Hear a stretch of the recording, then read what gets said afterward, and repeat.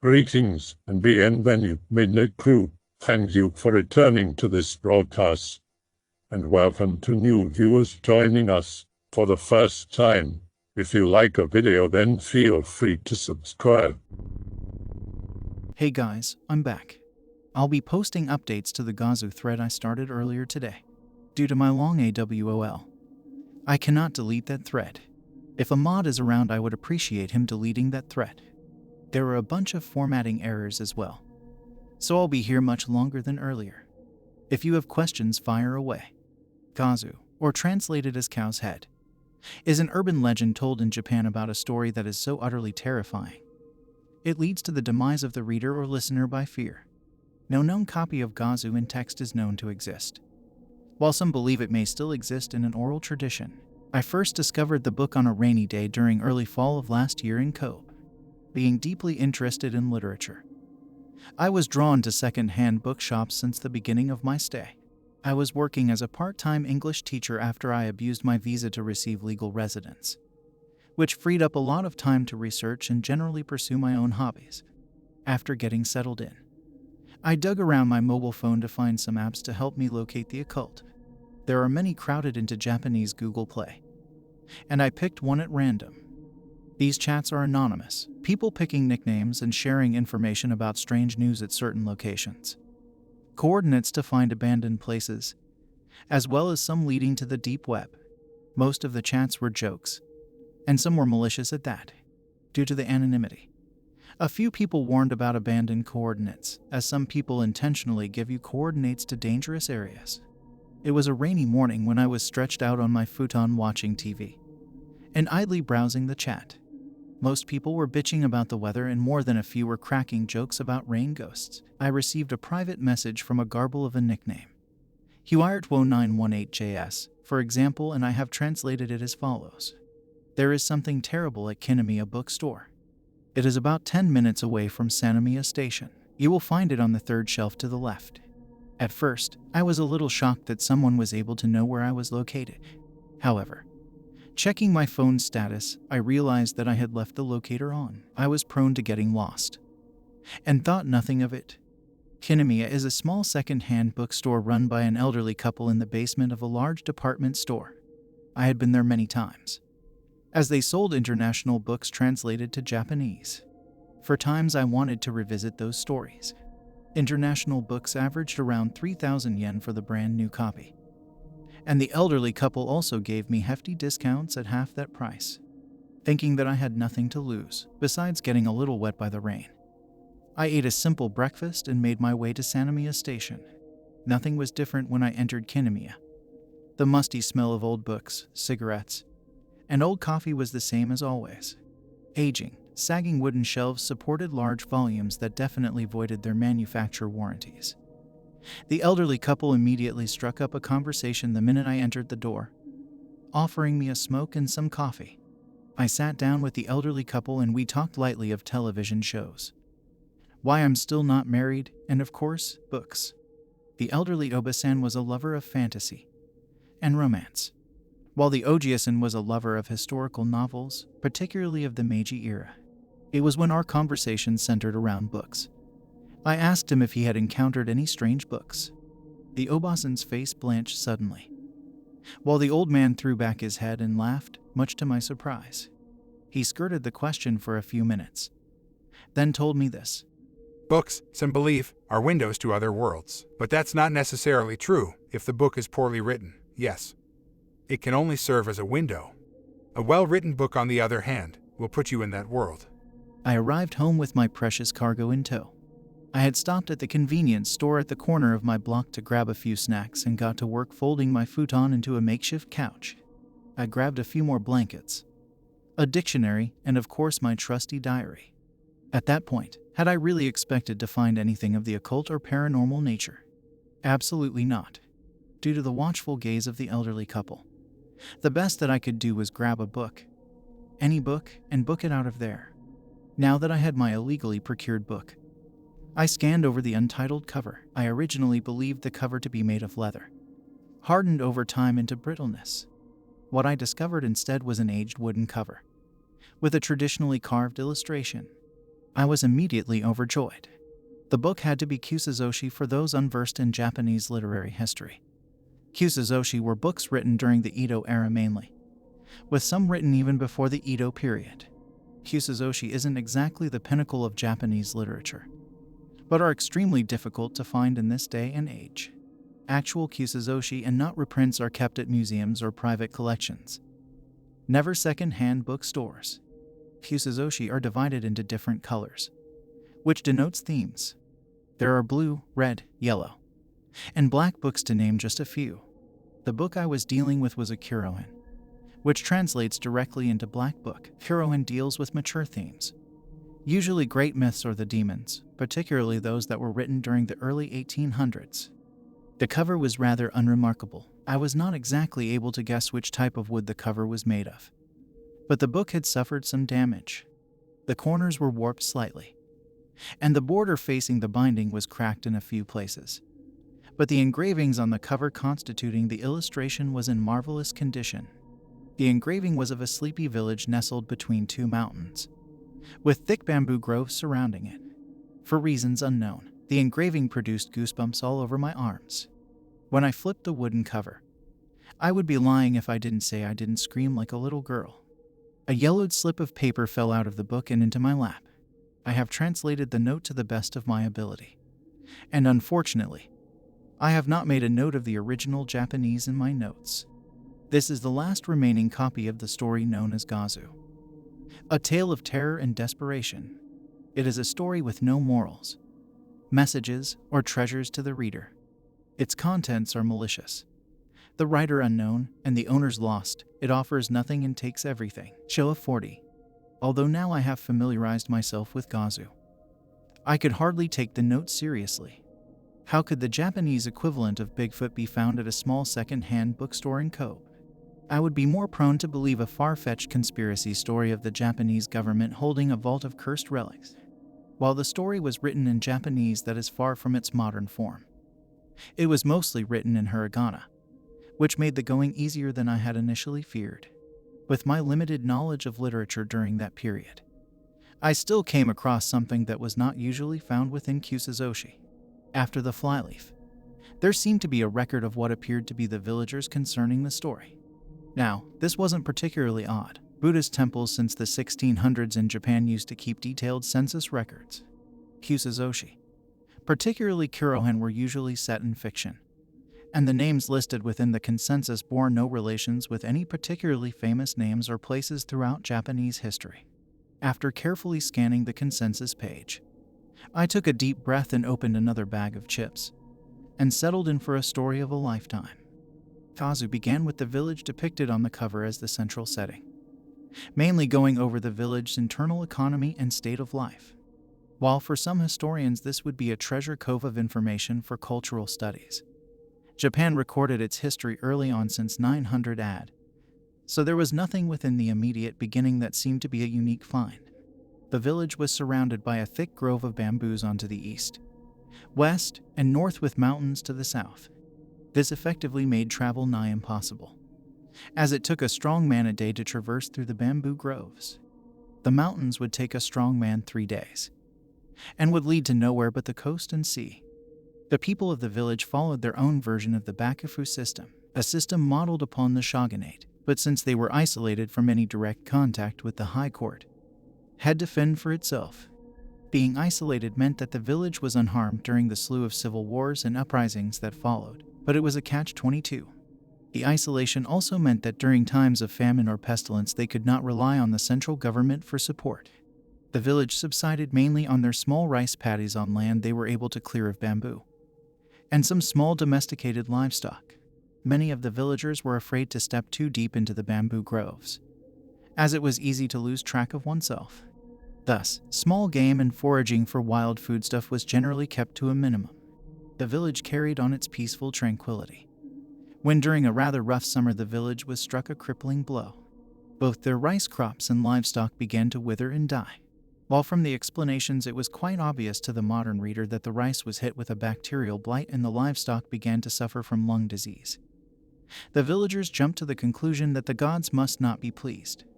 The village council decided that it was too rash to begin invoking any spirits or rites, and decided to try and tough out the remainder of time till the next harvest season. When fall arrived and the harvest provided much more meager stocks than previously anticipated, many people in the village began to brave entering the bamboo groves to forage for wild mushrooms and tender bamboo shoots, as well as hunt and trap wild game. The village stockpiled their foraging together, and it seemed that while the oncoming winter was not pleasant, no great famine would strike. As the foraging carried on, the wild foodstuff growing closest to the village was the first to be depleted. The village quickly devised a system to forage deeper in the bamboo groves and minimizing the chances of getting lost. The women quickly wove a thin yet durable hemp rope, woven together so compactly that it was almost invisible to the naked eye unless the sunlight caught on it. They would tie it to the shrine at the center of the village, and holding the rest of the rope coiled in one hand, venture into the grove. The women were able to produce 3 long ropes in total. Each rope was long enough for a person to encircle the entire village 7 times before running taut. The system was a success. Holding onto the coil, the foragers were able to carefully retrace their tracks even during the dead of night, while some complained of broken noses caused by accidentally walking into bamboo trees headfirst. You have to break a tamago to make an omeris. This new system came to a screeching halt when one of the young women of the village, Aguri, entered the grove early one morning, around midday. When the sun was the hottest, the men of the village were sitting together near the shade of the grove, cursing the blight and disease. Aguri came dashing out of the grove, her clothing in tatters and her usually well-done hair in disarray. Although the men called out to her in surprise, she would not stop running until she prostrated herself at the end of the rope. At the foot of the shrine, the village attempted for 3 days to nurse Aguri back to health. She would not stop mumbling about something in the woods that was trying to track her down. On the 3rd day, she wailed so loudly that the families at the edge of the village heard her. Many rushed to Aguri's house to see what the issue was, and found her aged mother, her only family member, kneeling on the front porch sobbing. Aguri had taken the hemp rope and hung herself. After comforting the mother, the village council was finally able to procure an answer from Aguri's mother. Aguri had found a small slope in the bamboo grove, and much to her surprise, found a large ginseng growing by a batch of light green bamboo shoots. The ginseng at that size would be potent enough to cure any disease or ailment, and the bamboo shoots of that color was highly prized, their taste akin to white rice. Aguri thanked the gods and took to harvesting, when she noticed something watching her. Aguri had called it Gozu, and the mother was unsure where she had heard such a name. The mother never told any stories of the supernatural, as that invoked bad spirits. Aguri described it as a broad man, twice as broad as any man in the village, with great rippling muscles. However, his head was that of a cow. Aguri had dropped all the bamboo shoots and even the ginseng, holding onto the hemp rope as tightly as she could while she ran. The Gozu began to run alongside her, and Aguri had stared into the cow's eyes. Aguri noticed that the Gozu was not staring at her, but rather the hemp rope she was holding, then ran quicker than her, disappearing into the grove, his hand holding onto the hemp rope. Aguri had committed self-end, not out of fear, but out of guilt. She knew that if she had cut the hemp rope before the Gozu had disappeared into the difference with her sharp trowel, the rope would have been impossible to find. Aguri had let fear control her mind, and hoped that she would be saved. She had led the Gozu back to the village. The village council remained silent. Everyone in the village began to hotly debate the next course of action to take after Aguri's demise, as much as the council tried to keep the incident that occurred in the grove a secret. The news spread throughout the entire village before nightfall. When nightfall finally came, the men wore white hoods and carried brightly burning torches. In the midst of them was a corpse covered with a simple white shroud, Aguri's body. The council had deeply debated how to handle the situation at hand, and it was unanimously voted that her body was to be disposed of in the woods. The reason being twofold: she had committed a dishonorable self-end. She could find no repose in her family grave. The council also secretly hoped that disposing of Aguri in this manner would appease whatever creature lived in the woods. The men held a simple rite for Aguri. She was a rather plain and honest girl, and there was not much to say. The men returned to the village before long, their hoods draped around their shoulders. For a while the village returned to its old style of life. The groves were now forbidden to enter, and the council held sentry from the shrine. 2 out of the 3 ropes had been coiled back from the bamboo forest. The one Aguri had taken with her on the fateful day remained out in the forest. The men were afraid of what they would find if they tried to recoil it. The village had managed to supplement their meager harvest with the bounty of the groves, and it had seemed that peace had returned to the village. This all changed when Aguri stumbled back out of the grove and into the village. It was at this point in the book that I heard my doorbell chime. I nearly jumped out of my skin. The chips I had forgotten on my lap spilled all over the floor. I rushed to the door, feeling uneasy, checking through the peephole. I was relieved to see it was my friend Shouta. His family owned a temple in a nearby area, Amagasaki to be exact, and was a paranormal geek like myself. He was much more deeply versed in East Asian culture and folklore than I, and I saw him something akin to a mentor. Shouta stepped into the room, ignoring the chips and stepping directly onto them. He was a rather hard friend to like. I cracked open a few beers while we discussed our day. I conveniently left out everything that had happened since the message earlier that morning. I gave a half-assed story about being locked in a porn coma for the majority of the day. He snorted. We spoke of work, the shows we caught the night before, and sooner or later the topic drifted back to the paranormal. Shouta began to tell me of a trip he took earlier that week to Await. When I thought of the perfectly safe question to ask him regarding Gozu, I asked him if there were any legends or particularly held superstitions regarding forests, groves, or nature. Shouta looked down at his beer for a moment to what appeared to be in deep thought. I have transcribed his answer as best as I can. Forests exist everywhere around the world. Well, most parts where people began to live in anyways. Every culture and people have their own superstition concerning the woods. There are still some startling similarities that can be seen as a global phenomenon. I was reading a fascinating book about this topic last year, but I can't recall any other than this one. Every culture or people in the world that had some kind of dense foliage near the birth of their civilization warn of following the call of your voice in the woods. It's odd, even us Japanese have a version of it. We believe that there are malicious foxes, kitsune, that call someone's name, usually in the voice of a loved one, to bewitch them further and further away from a safe path. They lead the traveler to their demise, then assume their shape to wreak havoc. The Malays, on the other hand, are even more careful than us Japanese, and their spirits even more malicious. Before a group of travelers embark onto a forest path, they give each other code names, and they are careful to never use the same code names in succession. Travelers, even tourist groups, are astounded when they hear their actual names being called throughout the forest, when no one knows their actual names. Shouta finished his beer and began to get up. I walked with him back to my front door, wishing him a good night and thanking him for the information. It was not exactly an answer I was looking for in relation to what happened within Gozu, but it set even more gears clicking in my head. I returned to the book. The village was in an uproar at the return of Aguri. The priests of the shrine were baffled. The council was at a loss of words, and her mother was overjoyed. Aguri had stumbled on trembling legs from the bamboo groves she was cast into, the dark purple bruise of the rope evident on her neck. Some wanted to burn Aguri, claiming that she was possessed of the evil spirits that cursed the groves. Others claimed that she had come for revenge and refused to leave the sacred grounds of the shrine. Village life was once again disrupted, and snow began to fall. Aguri's mother had barricaded her home from the more violent villagers, claiming that her daughter simply had not been dead but unconscious. The council decided that there is currently not much they could do, and allowed the mother to care for her daughter. A few weeks passed, and no news once again arose of Aguri. Many villagers had stopped visiting the pair, who were not particularly popular within the village, but still had their social circle. Only the men of the village would stop like clockwork to drop off firewood and food. It was during the height of the snowing period that some of the villagers fell deathly sick. The book described the conditions of what could be guessed as pneumonia, but it seemed nothing paranormal. The snow was particularly bad that year, falling up to a man's chest in some spots. The medicine painstakingly acquired through travel to other distant towns and villages seemed to dry up overnight.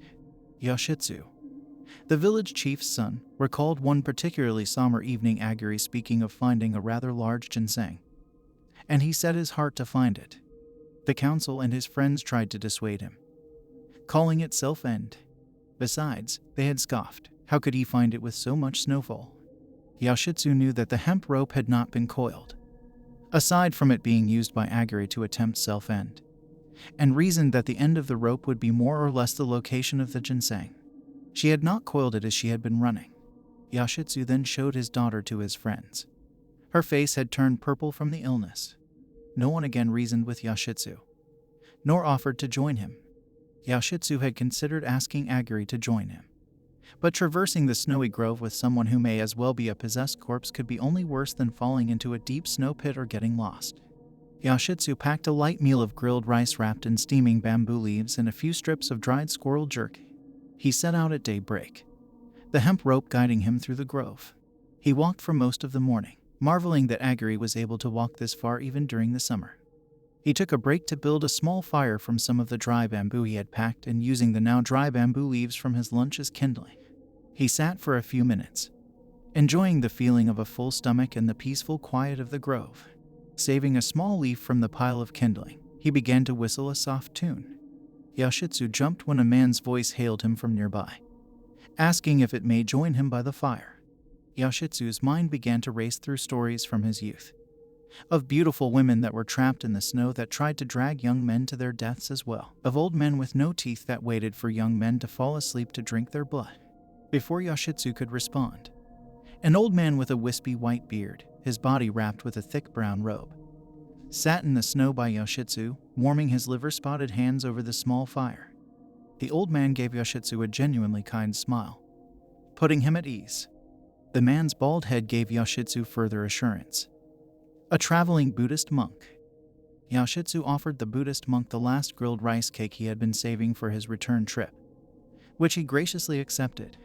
The old monk munched away happily at the rather plain meal, even going as far as licking the remnants of sauce off the bamboo leaves. The monk burped and carefully cast the now clean bamboo leaves into the fire, where it soon caught and began to disintegrate. Yoshitsu and the monk watched silently as the fire once again died down to embers. The monk asked Yoshitsu his reason for being in the groves in such treacherous weather, and Yoshitsu began to confide everything to the monk. The monk listened sagely, and showed no surprise at what had befallen Aguri. After Yoshitsu had concluded his story, and his reason for the sojourn into the woods, the monk spoke. The Gozu is a rather strange creature. He falls neither into the realm of Japanese Shinto nor is ever spoken about in the different Narakas hells within Buddhism. I have never encountered such a creature, but all I can offer is this talisman and, of course, my prayers for your village. Yoshitsu accepted the small amulet, which was shaped like a small golden monocle. The glass of the monocle, however, instead of being clear, was a deep red. Yoshitsu and the monk both stood up, dusting stray snow off their clothes. Yoshitsu offered the monk the best of luck, and that sentiment was returned. They both parted ways again. The monk headed in the direction of Yoshitsu's village and Yoshitsu following the hemp rope. Yoshitsu walked a few steps, then remembered he never asked the monk on the use of the amulet. Buddhism had yet to fully reach his sleepy little village, and did not know if they were used in the same way as Shinto amulets. Yoshitsu turned around, and the monk had vanished. All he saw was a small fox scampering off deeper into the grove. I put the book down thoughtfully. I had not even realized it was nearing 4 a.m. I had been enraptured in the book, and did not eat or even use the bathroom. I had realized something terrifying. The book did not seem to diminish in content. I felt after all the pages that I had read, I had barely made a dent in overall passages. I marked into my diary the estimated page of the book, as there were no page numbers anywhere. I had decided that both the story and the book was giving me the creeps, and called Shouta to come clean. The phone rang for a while. I was worried that he was on an out call to a neighboring temple, or worse yet, passed out in a drunk stupor. I listened intently, unsure if I should even leave a message. He picked up on the 15th ring. He was pissed, royally pissed. He was having a great dream that he was driving along the highway and blasting demons with energy bolts leaning out the side of a truck. I wasn't terribly sorry for waking him up. I told Shouta about everything. The story I had read so far. The fact I was indeed holding the last remaining copy of Gozu. and what had happened in the book so far. Shouta listened intently, and I heard the faint scribble of him taking notes. He promised that he would get on the first bus to my place, and under no circumstance open the book again. I agreed, and he said he will ask his father, as this was dealing with something he had no knowledge of. I cracked a joke about an ancient evil. Shouta shut me up quickly. There is nothing like ancient evil. Evil existed in the heart of men before they were men. Think of the way that the universe works. Everything is out intent on destroying each other. Evil caused the universe. Hell, we can argue that evil created the universe. Men could not clamber toward enlightenment and peace. Look at the Catholic religion. Men become revered when they stand against great evil, or are taken by ancient evils. We understand the concept of beauty because we want to turn our heads away from evil. Yet, evil is sometimes more beautiful than anything. I can argue that the concept ancient good is more correct than ancient evil. This book is not an ancient evil, it has always existed. Evil just takes forms, and I believe it has existed before the beginning of anything. Anyways, I'll be there in an hour or so stay away from that fucking book. I reconfirmed my intentions to stay away from the book, and he hung up. I yawned. I felt the fatigue of spending the entire day reading pull down my eyelids as well as my shoulders. I decided to brew a cup of coffee. All I recall was opening the packets for a quick cup of Instant Joe. I'm a pleb and setting the kettle on the stove. I remember adding my preference of sugar to the cup and beginning to open the carton of milk. I closed my eyes for a second. A full-bodied yawn fought its way up from my chest. I left my eyes closed a second. The coolness of the carton felt oddly comforting, and I smiled slightly. I opened my eyes. The book was in my hands. A soft, disbelieving sigh escaped from my lips. I looked down and was astounded at what I saw. The entire book so far had been densely packed with letters. The writer seemed intent to stuff as much information as possible. Now, I noticed that the words were beautifully spaced, and the calligraphy had become much more even. The delicate brush strokes looked like a work of art. There were now illustrations bordering the pages. I began to flip to the beginning of the book, and there were amazing detailed drawings throughout the margins and borders of the pages. There was an illustration of women weaving hemp rope, Yashitsu navigating through the snow, and Aguri's feet showing at the top border. And there was a drawing of the Gozu. I was shocked. The flyleaf I was certain that had previously been blank had a full-scale drawing of the Gozu. Its black bovine eyes staring directly out of the page and into my terrified eyes. I quickly found my place again within the book, which also confirmed my worst fears. I was still at the same place as I had started last night. I had to continue reading. There must be an answer to this madness. Yashitsu trekked deeper into the grove, and the going got slightly easier. The thicker bamboo at the heart of the grove had shielded some of the snowfall. It was not a huge difference, but now Yashitsu was able to take off his snowshoes, which greatly sped up his trek. Snow began to fall again lightly. Yashitsu tightly clutched the rope in one hand, pulling it slightly every now and then to pull it from under the heavy snow. He recalled that Aguri said that she found the ginseng and bamboo shoots at a slight slope. In the distance up ahead, he saw the snow beginning to gradually incline. He slowed down and cautiously began to approach the slope. As he neared the base of the slope, he noticed that the sounds of the forest had dimmed. The sound of the wind sighing softly among the bamboo, the calls of small birds, and even the crunch of his shoes on the soft top layer of snow seemed to gradually lessen. With his heart pounding, he began to crouch, afraid of something that may be watching from his wood. He cursed himself silently for not wearing his winter hunting gear, which would blend him better with the snow. He was wearing his travel gear, which were bright and distinctive for search parties to locate him in the event that he lost his trail. Yashitsu began to worry. The rope was still taut, although he was sure that he was beginning to near Aguri's final destination. It should have been slacking since Aguri had never mentioned mooring the rope to anything. He arrived at the base of the slope, and taking a deep breath, pulled hard on the rope. A frozen, decomposing hand shot out of the snow. Someone pushed me from behind, causing me to drop the book, yell, and shit my pants all at the same time. I'm amazed in hindsight I didn't have a brain aneurysm. Shouta pushed me out of the way to shut my stove off. I had left the kettle on and it had boiled the last of the water and began to blacken. I began to cough at the intense amount of smoke in the kitchen. Shouta wet some paper towels and wrapped them around his mouth and nose. He took the kettle and left it in on my veranda. The kettle was still smoking, Shouda opened every door in the house as well as the windows, and disabled my fire alarm. I had not even noticed for what I believed to be the last hour. After doing all this, he helped himself to some milk in my fridge and a donut on the kitchen table. I noticed that the milk had been untouched, the carton still closed. I sat down on the kitchen floor and began to shiver. Shouda watched me shivering and softly clicked his tongue. I couldn't explain a single thing that was going on. It felt like the last 2 days of my life had been absolutely dominated by the book. I corrected myself. It didn't feel like it. My life had been completely by the book. I closed my eyes and tried to control my shivering. Shouda just continued eating my breakfast. The munching sound seemed to anchor me back to reality. But all I could still think about was the accursed book. I had to know what had happened. I got up, my pants reeking. I wasn't speaking metaphorically about soiling my pants. I steadied myself over the counter, where the book remained closed.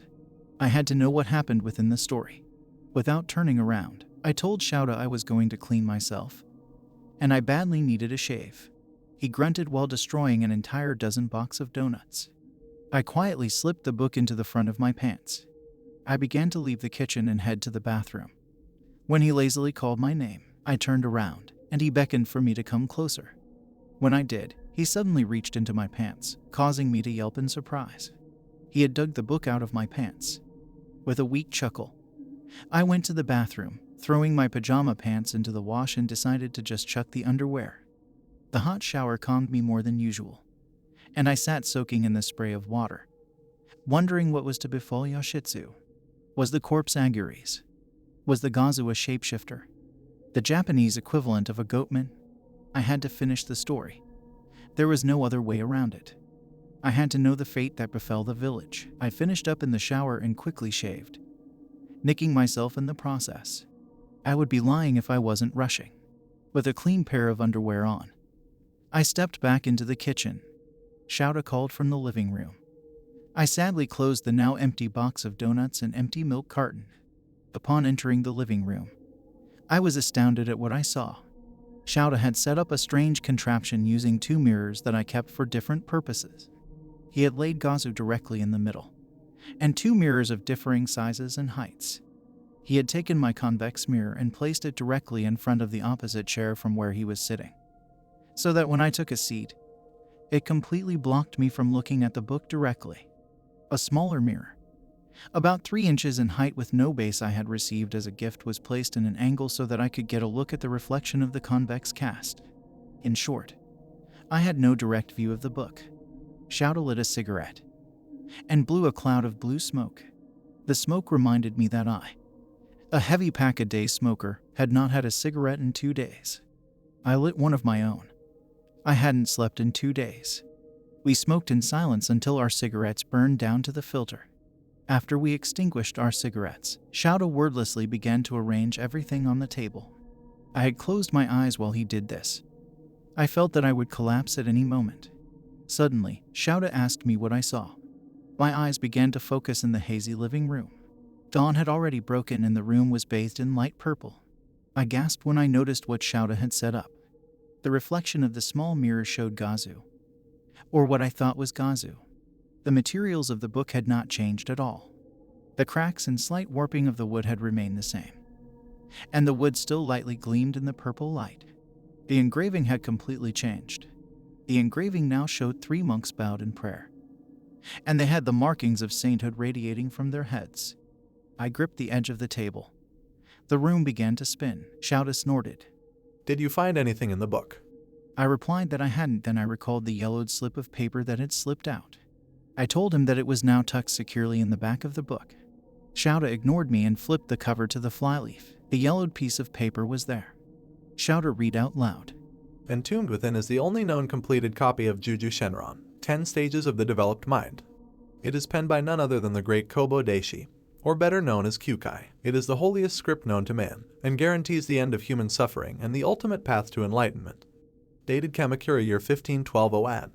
I fell from my chair, unconscious, where I was plagued by uneasy dreams. I awoke hours later. It was already evening. Shouda had not even bothered to drag me to my futon. The entire right side of my body was sore beyond belief, and my stomach growled. I stumbled to the kitchen to find a mess and most of fridge gone. Shouda was sitting at the dining room table finishing the last of my ice cream. I asked him where the book was. He didn't answer. Before I could stop myself, or even really understand what was happening, my fist had connected with his lower jaw, smacking his temple into the wall. Blood welled into his right eye from the blow. He unleashed the worst ass whooping I have ever received to date. I tell my friends now that I gave as much as I got, but in reality, I learned that day what it meant to get my ass beat.